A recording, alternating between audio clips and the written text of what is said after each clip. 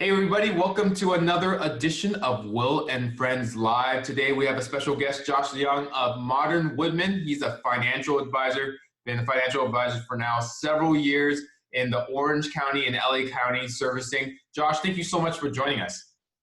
Well, thanks so much for having me here. Really good to get connected, and also just to see that someone who's in the business world is so passionate about giving back to his community by inviting other professionals and hearing about their opinions on what's going on with COVID and everything. Yeah, my parents and teachers tell me, like, if you don't know something, you don't know something, go ask somebody who does, especially those who are passionate, those who are well versed in that industry. And I was like, who else better to talk about financial advisory than Josh?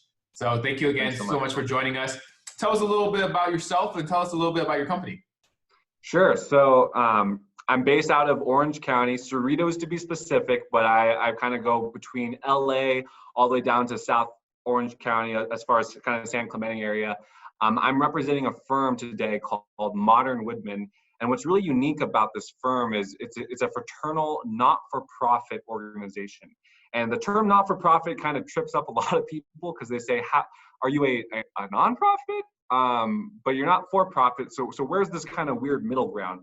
And as a not-for-profit organization, essentially, we're able to give back a certain percentage of our non-taxable dollars, federal non-taxable. We get to give it back to communities that we're involved in. And so what that looks like is matching fundraisers, youth education programs, social activities. We get to fundraise and partner with local initiatives with people in the area. And so it's a really cool organization. And kind of my background is I did not know I wanted to do finance. I studied finance and accounting at Chapman University in Orange. And I thought I was going to go more of a corporate structure, more traditional career. But so glad, so glad that I took the chance to intern with this incredible organization and then eventually transition to a full-time role with them. And some recent, I guess, not-for-profit activities that we've been doing is recently we partnered with a school in Costa Mesa, a continuation high school called Chavez, and we were able to do a giving back session where we raised around $2,000 worth of money to give back to our teachers. Really great way to be able to provide some needed school supplies that we don't always have accessible to the classroom. That's really cool that you guys are able to do that. And that's unique that your company is able to, it's basically a fabric of who you guys are as a company to give back to the community. And I'm sure there's a lot of opportunities right now that you guys are taking advantage of being able to give back and serve the public in light of COVID and the sheltering in place and how it's impacted the local businesses. Yeah, that's actually it's interesting you bring that up. Even with COVID going on, and we aren't able to kind of hold our traditional fundraisers where let's say an entity has a fundraiser and we come along and match whatever they raise.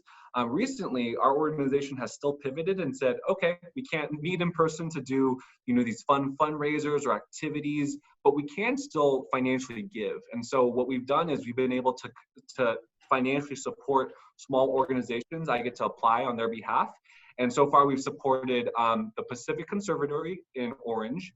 It's a music school run by Kim Lay from the Orange Chamber of Commerce. We have also helped out an organization called Space up in kind of San Jose, San Francisco area. It's also an arts institute. And then also another one of my favorites, Sage Holistic Wellness, is a wellness center also located in Orange County. Just three of the organizations that myself was able to help, not to mention the dozens of other nonprofits and organizations that my coworkers and advisors all across the U.S. have been supporting in these kind of trying times. That's cool. Thank you for sharing that. That's very encouraging and inspiring for us to be able to do our part as well, whatever that may look like. Whether it be, I was just talking to a council member and he was saying, let's go still help out the food pantry, right? Or if you're like myself, I stocked up way more than I needed, and the shopping centers are still open, and sure, minus the meat, but everything else is still good. So maybe I can, little excess, you can't return those, so maybe excess gives back to those who are in need or whatever that may be. So that's very encouraging and inspiring that you shared that. Josh, tell us a little bit also about your background, because I think that's very unique as well in regards to, yeah. Yeah, so I guess my story in a brief sense is I actually was raised on the mission field. My parents were missionaries out in China, and they were out there serving. My dad kind of worked with a nonprofit. My mom helped with the she is a physical therapist, and was working on kind of the medical side of ministry. So I got to actually grow up in a very small rural part of China for a majority of my life, where I got to see what it looks like to on hands do really great things for a community, and to experience, I think, have cross-cultural experiences. I went to an international school, and then kind of moving back to the U.S. and transitioning, could not have been more grateful for the opportunity to be exposed to not only different peoples, but different opinions and different cultures and expectations, to help kind of meld who I am today. And business was something that, they always say, right, and you probably heard this, Will, is business is a people skill. At the end of the day, there's a lot of things that make up the industry of business, but at the end of the day, it's kind of all centered around people creating relationships, or having those great conversations. And working in this practice, in this industry, honestly could not have been a better fit for my skills and kind of where I'm headed, where I get to use what I think God has given me to be able to share and encourage and help people. But also this idea of financial stewardship, I think, is the bigger vision behind my background, and then even what I'm doing now. So were you born there, and when did you come over, or like what grade did you come over? Great question. I was actually born in the U.S., so Cerritos is my hometown. But I moved overseas when I was 7, and I kind of spent most of the time over there, but we did bounce back and forth. So I spent half the time here, half the time there. If you wanted to look at it from a consecutive time, it was 11-ish years out in China, with a couple years scattered in between, coming back to the U.S. to for different reasons. What was that like, though? That must have been tough, because I'm sure you're building some relationships, friends, some type of comfort, and just like normalcy being here. Now your parents lift you up, I know, for a greater cause in regards to doing mission work, or even the whole aspect of China, because you can't be considered a missionary. So Sure. I'd be interested about that as well. But just a little more about your personal side. Yeah. I think it's one of those things where pastor kids, missionary kids have an interesting social complex to them, right? You're kind of put on this religious pedestal where it's like, oh, your parents did this wild, crazy thing where You're the holiest of holies, right? Holiest of holies. I have to worship you before I get to talk to you. I have to kiss your feet, wash it first. Precisely, like something like that. Or even like, your parents have left this American dream, so you must be the next Mother Teresa or something. And my parents, I love my parents. They're great role models. They're not perfect people, neither am I. I love you, Mom and Dad.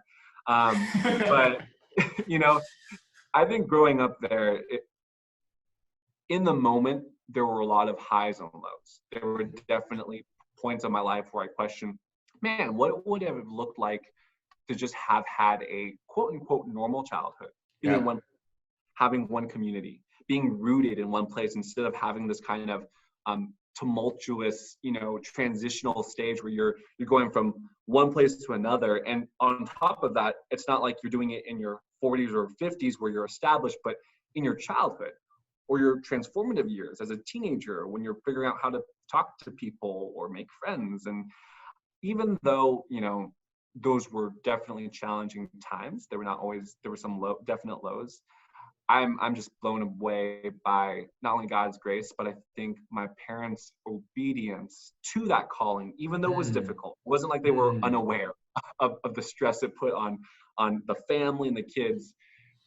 God's blessing on that obedience was huge, because looking back now, having had experienced that life and having the privileges and opportunities to still go to a school, I still have made friends. People can look back at our lives and say, okay, me and my sister sister Erin and I think they turned out okay. He talks a little bit too much, maybe, and his hair is a little funny, but for the most part, he seems kind of normal. I think I'm just blown away by my parents' obedience, and it's been a great way to verify and see, wow, you don't have to do what everyone else does to still have a blessed life. Like God can still bless those who are obedient. And it can look like, it doesn't have to look like going on a mission field. That's just what it looked like for my parents. But with obedience comes everything else. And so, like I said, now there were definitely low moments and there were high moments, but looking back now, I think I'm just really grateful and almost a little nostalgic, I think, when I think about living overseas, of some really fun memories and great Cool. people. That's super encouraging. Amen to a lot of things that you talked about in regards to obedience. In whatever the responsibility or whatever life stage we are in, we're called to obey. We're called to honor. We're called to make much of the name, give God all the praise. And so how can we do that? Whatever that may look like. So that was really cool that you were able to share that.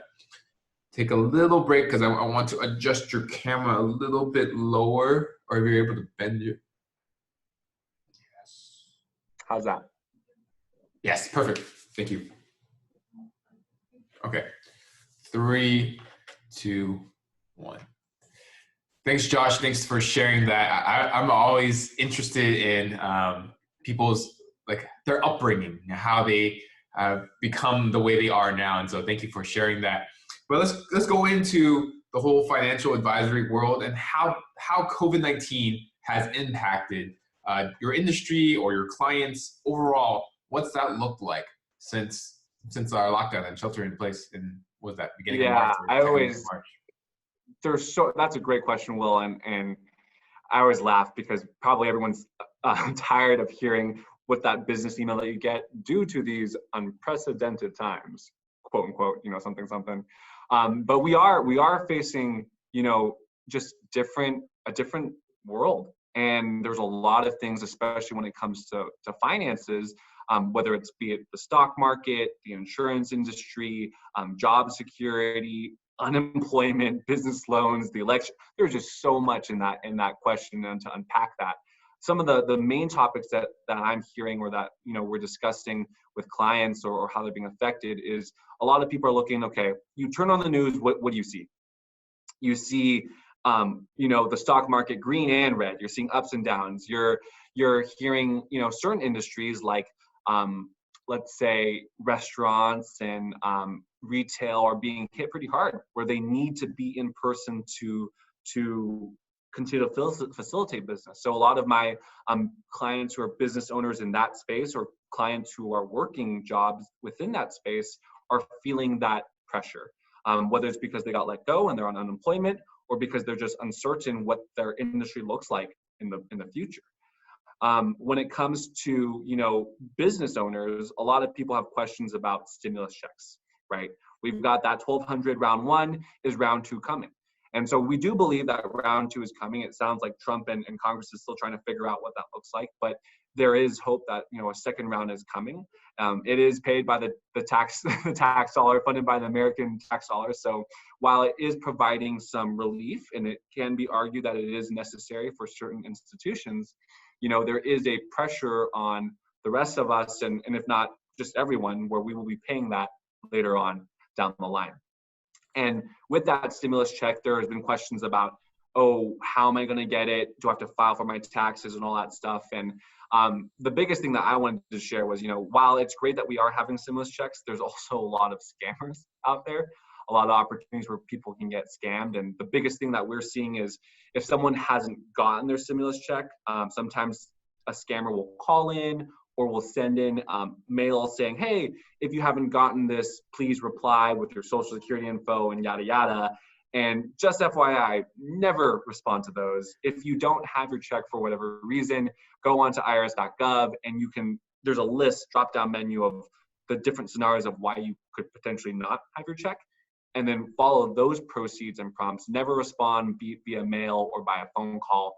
Go online first to look at those things. So that's really wise, because there are so many very intelligent scammers out there trying to deceive and be having maybe governmental documents, or emailing you, or somehow found your phone number and your name and found out that you didn't receive your check, and trying to find ways where they can break in and basically take that money, or even take more of your identity and things like that. So I think that's a really good point that you bring up. 100%. And so it's just being aware. I think that there's stuff out there as people are, especially elderly or people who are just unaware of those systems are being taken advantage of. And then the whole, phasing out of the stimulus checks. So we were talking a little bit about, income. So depending on where your income is at, you could be receiving the full 1,200 or a little bit less as it phases out, depending if you are filing a single, joint, head of household. But the main thing is basically for most people who are in the singles category, if it's above 75,000, that's when it starts to phase out AGI or adjusted gross income. Right. So, that's been an interesting topic to navigate with my clients and a lot of people, what we've done now is instead of meeting in person where I'd love to, shake their hand, bring them into the office, we just, like most of the world, transition virtually or digitally, where we have these conversations via a video streaming platform, whether it's Zoom or Skype or a phone call. Yeah. That's really good that you were able to bring that up. Talk to us a little bit about also for those, unfortunately, because of COVID, they've been furloughed, laid off, things like that. And I know a handful of people who've been laid off and they had a great 401k plan, or they had all these different packages and benefits from their company, and now they're let go. They're sort of like in this in-between stage and grieving and all those different things. What kind of advice would you give them in regards to their finances? That's a great question. So I would say, if you are furloughed or laid off, unemployment should kick in. So filing for that. From the benefit package of things, whether it's, your benefits through work, whether it's health, life insurance, or retirement plan. From the insurance sides, it's kind of moot in the sense of if you go back, you'll probably qualify for that, but at the time you probably won't be receiving benefits. I think it's really wise and important in this time to consider, okay, well, let's go to an outside provider like a financial advisor or a bank where you see those ads to look at what other benefits that can help, I guess, mitigate that loss. And so a lot of people are questioning, like, is it expensive? Like, can I afford it? My work has really great benefits. Like, how can I even afford that, right? I would always say it's worth a conversation. Never stop with one company. Obviously, shop around and look at 2 or 3, but you'll start to receive different quotes, whether it comes to health or life, to kind of mitigate those things. And I think we forget, we put that on the back burner thinking, I just got to think about a job first. And yes, a job is important, but hopefully unemployment is kicking in. So something to consider about is looking at those benefits. From the 401k side, that's a great question. A lot of people are confused of, does my 401k move with me? What do I do if I've opted in, or if my company offered a match, does that go with me? In short, every company has its own what we call vesting schedule, where whatever, depending on the rules that you signed up, the plan that you signed up for, they have certain rules that dictate what you can move over when. It is, in my opinion, that, if you're not going to go back to that company or depending where, you'd want to have control. You'd want to know what is in it, and you want to be able to steward that well for your goals. I'd recommend probably rolling it over into a likewise vehicle. Keep like with like for the most part. Roth to Roth, traditional to traditional, also known as post-tax to post-tax, or pre-tax to pre-tax, to an IRA, an individual retirement account, where you have more access to it. You can control it and shift it so it's not just left in limbo with another entity that you're no longer associated with. That makes sense. And so it's just not, like you're saying, now left in limbo, now left out there, and we can't do anything about it. But you as a financial advisors are able to counsel or even help them know how to manage that even better, because it is basically the funds that you were able to accrue during that time. It's yours. It's not just going to be sitting out there. You can still manage it, even because of your job or your occupation. 100%. And I would say is most people are just not getting advice on it either. 90% of the people that I know that participate in a 401k have no idea if it's post-tax or pre-tax. They have no idea what it's costing them or what it's invested in. There's nothing wrong with company plans, but people have to remember, a company plan is a generic thing prescribed for all the employees. It is not, but retirement, or especially financial goals, is not a one-size-fits-all. We all have different goals. Sure, we have different values that might be, or similar values of, Josh, I want to have a nice life in retirement, a nice, but that looks so different for every single person. And so without sitting down with an actual advisor to, hash out those details, it's difficult to really understand or gauge, am I on track? Am I being the most efficient I could be? And especially since these are so time sensitive and market sensitive, there's a lot of variables that I think most people owe it to themselves, especially with the opportunity of maybe you have more time, maybe in quarantine you're not doing as much. You owe it to yourself to hop on a Zoom call with an advisor to pick their brain and for them to look it over and say, hey, this is what it's doing well. Here's where we could be better. Or here's something that you completely didn't even think about. Maybe you plan on retiring 5 years before, or you have a dependent that requires you to work a little bit more, or you say, Josh, I need this amount of money instead of this amount of money. And so all these questions and concerns can be answered by just having a session with an advisor to really kind of pick their brain and figure out what makes most sense for the individual. Makes sense. Makes sense. Can you talk about those who are above 70 and this idea of minimum distribution? I've heard about that, but I don't quite understand it. Can you talk to us a little bit about that? Great question. So there has been some silver lining with the stock market kind of being up and down. In anything, there's opportunities. And so what you're asking is something called RMDs, or required minimum distributions. And some people know this and some people don't know this, but after you get to a certain age, certain plans that are what we call tax deferrable. And for those who don't know what tax deferrable means, I always say, defer doesn't mean gone. It just means put off to later. So it just means taxable later. And people argue, well, it's only taxable when I draw it out. And that is true. But once you hit a certain age, 70 or 72, depending on when the year you were born, those things have to be taken out. There's a minimum that is required. Now, for some people, that's not a bad thing. They have to use it anyway. For some people, they're like, oh, that's great. I need to use this to live anyway. But for some other people, but whether it be they are living on, company pension plans, Social Security, real estate income, other monies coming in, or worse yet, if they're still working, right, and they're still making that income, you all of a sudden find yourself in a higher tax bracket, getting taxed on monies that you really don't need. And so, what we found is we're kind of in an interesting situation where the silver lining is you can, with the CARES Act being recently passed, you can skip your 2020 RMD and convert that amount to becoming into a post-tax vehicle. And that sounds a little confusing, but essentially what we're doing is we're shifting from pre-tax to post-tax. And that's kind of a complicated conversation, but in essence, instead of being taxed later on, in a Roth vehicle, it's completely tax-free. And there are also no required minimum distributions. Pre-COVID, when you have to convert, you oftentimes have to pay taxes on that conversion. During the CARES Act, you do, but you're going to be taxed less because of the situation that you're in. Also remember that the stock market has been taking some pretty big hits. And so I always tell people is if your portfolio is worth, 100 grand, would you rather get taxed at, a certain percentage there, penalized and pay the conversion tax on there? Or would you rather, when the portfolio gets hit and you are now only worth, let's say, 80,000, are you okay with paying the conversion tax on 80,000 instead of 100? So those are just some small things that you should be considering if you don't want to be taking the money and getting taxed on it right now. Interesting. So like you're saying, because of COVID and with the CARES Act, maybe you can define that a little bit for us, that they can be taking advantage of if you don't have a Roth IRA or it isn't set up that way. You basically can take money out at a lower tax rate than it should have been, and then be able to convert that into a different vehicle.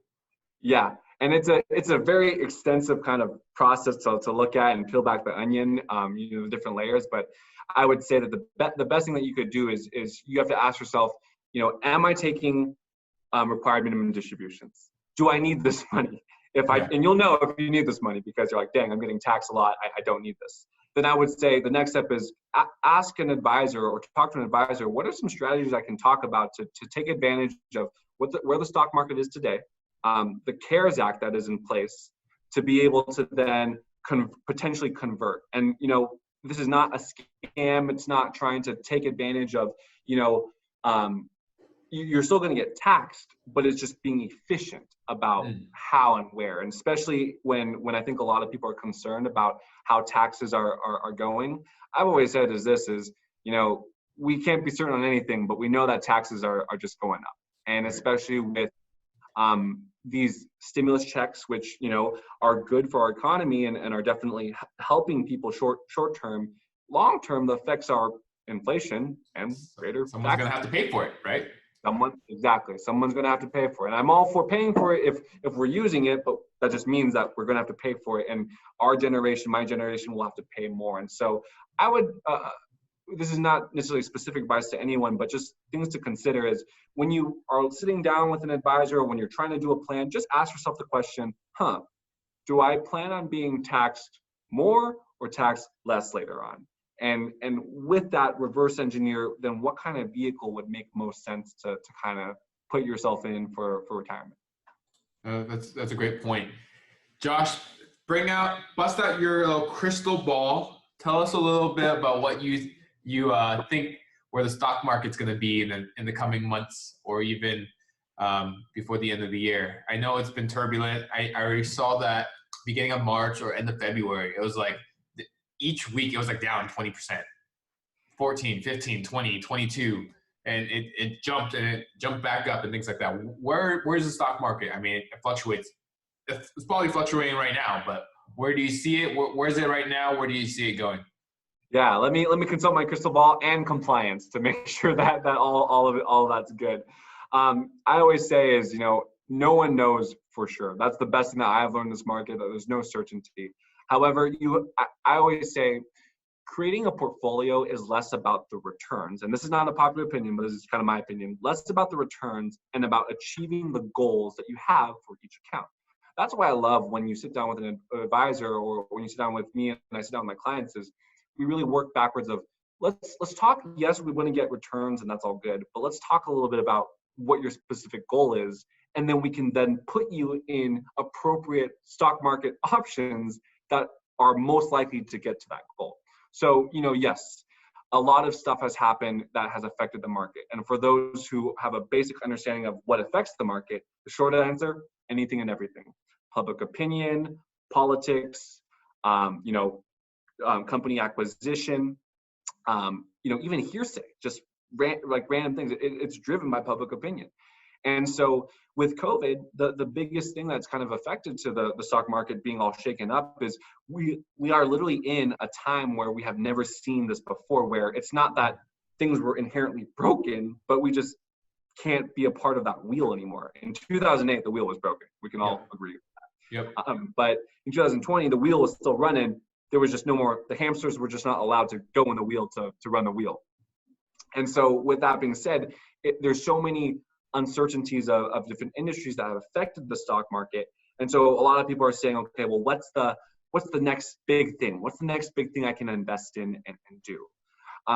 From the most part, our general advice is from a long-term perspective. I'm talking to my 30-year-olds, my even 40-year-olds and the 20-year-olds who are starting to invest. If you've got a 30-year perspective, a long-term horizon, a lot of these value growth stocks are still great opportunities. And by value growth stocks, we're talking about, big name companies, large cap companies.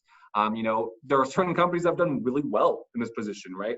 Amazon, which is a highly debated company, both for their ethics and a lot of different things. You can, however you want to front it. At the end of the day, they're making money.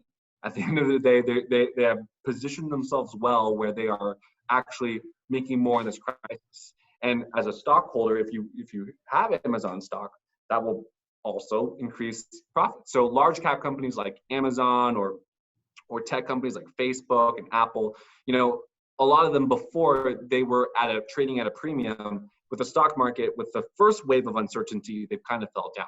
However, as we're entering, even May, end of May, beginning of June, we've already seen an increase. And so it's crazy to think that if people act on first impulse on results, like you could have lost a lot of money if you had listened to your initial, oh no, it's crashing, I need to adjust and sell. Because remember, with the stock market, you only lose money when you actually sell at that lower amount. So if you had just waited 2 months, you would have kind of been already where it's building back up. And especially from a 30 to 25 year horizon, you've got a long ways to go. So we've got a lot of dips. So I would say hold on strong on there. And from a short-term perspective, a lot of people have questions. Well, what's the pump? What's the next big stock I can get in and sell and make a 400% profit? I say, can you do that? Is that possible? Yes. But if it was public knowledge, or if we all could score that every time, we would all be doing it. Right. And so the reality is it's less about maybe that lottery ticket winner. And I would say if you have a smaller horizon, like a 3 to 5 year horizon, consider putting yourself in a mutual fund that's structured for a 3 to 5 year payout. So less aggressive, maybe more dividend focused, where it's paying you out there. Maybe it's more related to an industry that you believe in that's doing well, like healthcare or entertainment or tech, without making it too super specific. And then being able to say, okay, I'm okay with it making a 5-ish to 6% return per year for the next 3 to 5 years. And that will do better than my savings account, but less aggressive than my retirement long-term for 30 years. Makes sense. For those who are interested, starting to dabble more into it, or just wanting to grow their knowledge, are there certain resources that you recommend for them to read, watch, listen to? What's your recommendation there? Yeah, that's a great question. I would say, there's a lot of great content out there. Always be, I think, aware of where that content is being published. Everyone has a bias. There's an inherent bias everywhere. So I think getting, a good slew of opinions is always well. I always tell my clients, I can give you an opinion, but I only know so much about your situation. You're probably surrounding yourself with parents and friends who know you a little bit better, or who also care about you. And so kind of weigh both advice. From an online platform perspective, you've got, your kind of generic sites like Wikipedia and all that stuff that's kind of user edited. Then you've also got like Investopedia, NerdWallet, that's got some, differing opinions on certain things. I would say always be careful and take everything with a grain of salt on the internet. Look it up, read through those things, understand that they could be influenced by different opinions as well as biases, and then kind of look at talking to, I would say, like I said, someone that you trust and that you've seen done financially well and you want to be like them. Just asking, what are some best practices that you have done? And then cross-check that with people in your life, whether it's a financial advisor, a friend, a parent, and say, hey, does this make sense for my life stage, to kind of get that advice. But there's nothing wrong with whether it's going on YouTube. Netflix has a hit documentary series on how the stock market works in 15 minutes. Those are really small infographics that I think break it down to digestible content for the layman to just start to get their feet wet. Awesome. No, that's helpful. Thank you for providing that context and even some resources out there for that. To wrap it up, what would you tell our listeners in regards to basically final words, your thoughts on basically moving forward with the markets going on? Maybe that's very similar to the previous question we had, but basically Sure. Final words on your thoughts on the financial advising market. Yeah, I would say, if there's anything that COVID has proven, is that nothing is bulletproof, right? And we've always known that, but I think it's like, it's kind of shaken up. Oh, if my job, which is what I rely on, from which 90% of people rely on their job for a source of income, is gone. If my retirement plan through my job, my benefits through my job is no longer there, what is our plan B? And I think people are starting to realize, or now, if anything, my advice is, you have the time and you now know the why. You should have been doing this probably pre-COVID, but you know now why it's important to take ownership, stewardship over your financial future. It doesn't mean working with an advisor. That's not saying that has to be the way. But in whatever respect, whether it is asking for help by bringing an advisor in, or researching on your own, or just starting to read certain like finance blogs, like just getting your feet wet in that sense, I think people need to understand the importance of the compound effects that you can have in your life by choosing to do one thing or not, and by starting early. And so I always say it's no better time to start than the day that you talk with someone. And so, especially with time, the younger you are, if you get your feet wet, you start learning, Yeah, you make some mistakes here and there. They are less costly and less affected than if you were to wait when you were 40 or 50. And when you're 40 and 50, there's no better time to start when you have this information now, because you really don't have that much time to really make a big impact in your portfolio, is what I would say. Awesome. Well, Josh, thank you so much for your time, for jumping on and providing all the value, the information that you know of. For people who are interested and want to find out more information and want to talk to you and have some questions, what's the best way to reach out to you? Yeah, that's a great question. And I always tell people as advisors, to meet with us is completely free. So, pick our brain, call us or email us. I'd love to have a conversation. And hopefully everyone hears that this is a very general information out there. It's not specific, go do this, go do that. That can't be made unless I took notes. You told me to buy stock in this and that. Wait, it's more general. Okay.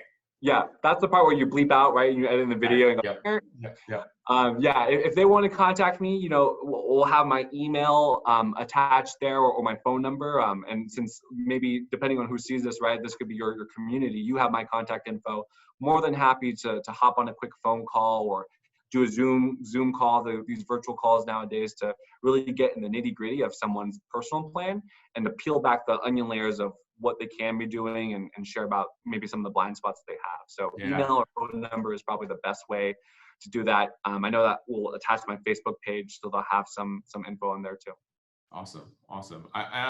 What I'm hearing, just even from what you're talking about, is just I can see a webinar that you're going to be doing, talking about some of the outlines or process or something along those lines, where it's just educational and informative. So we can be on the lookout for that in the near future, one of these days. But again, Josh, thank you so much for jumping on here on Will and Friends Live and sharing with us about what's going on in the industry. And hopefully in the near future, we'll have you on again.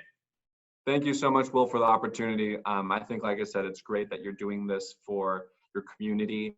And someone's got to interview you, man. One day, someone's got to flip the thing. And one day, we'll figure that out one of these days. But right now, I'm still curious and learning. And so I appreciate you joining us and jumping on. Thank you so much for having me, Will. Really appreciate it. All right, man. Take care. Stay safe and healthy out there. Stay safe as well. Bye now.